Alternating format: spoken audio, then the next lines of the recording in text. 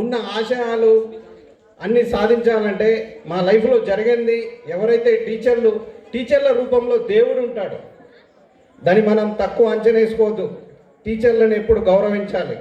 వాళ్ళు చెప్పింది, వాళ్ళ పాఠాలు కానీ ఏది కానీ వాళ్ళ లైఫ్లో జరిగిన ఎక్స్పీరియన్స్నే మన ముందు చెప్తారు. అలాంటిది ఎప్పుడు మనం పట్టుకుంటూ టీచర్ ఏదైతే చెప్పాడో అలాంటిని ఎప్పుడు అశ్రద్ధ పట్టకుండా ఆ టైంను వేస్ట్ చేయకుండా ఎవరైతే ముందుకు సాగగలుగుతారో వాళ్ళ లైఫ్ చాలా గోల్ సాధించడానికి ఆస్కారం ఉంటుంది. ముఖ్యంగా మన వివేకానంద స్కూల్ గురించి చెప్పాలంటే కోటగిరిలో స్కూల్ చాలా ఉన్నాయి.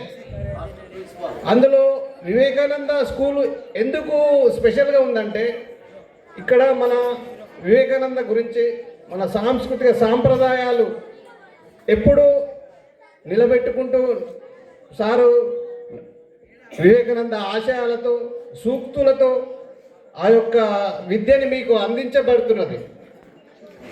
స్కూల్లో కొట్టడం కానీ తిట్టడం కానీ చాలా స్కూల్లో జరుగుతూ ఉంటాయి.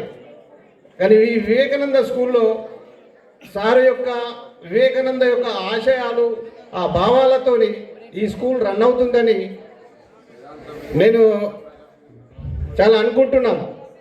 ఇలాంటి స్కూల్లో మీరు చదువుతున్నందుకు ఎంతో గర్వకారణం. సార్ కూడా మా పసి సార్ గారు వివేకానంద ఆశయాలతో తన యొక్క భావాలతో మీకు విద్యను అందిస్తూ ఆ విద్యని మీరు ఇలాగే ముందు సాగించుకుంటూ వివేకానందుని యొక్క భావాలు సూక్తులు ముందుకు సాగాలని నాకు ఇచ్చిన అవకాశాన్ని సద్వినియోగించి ధన్యవాదాలు.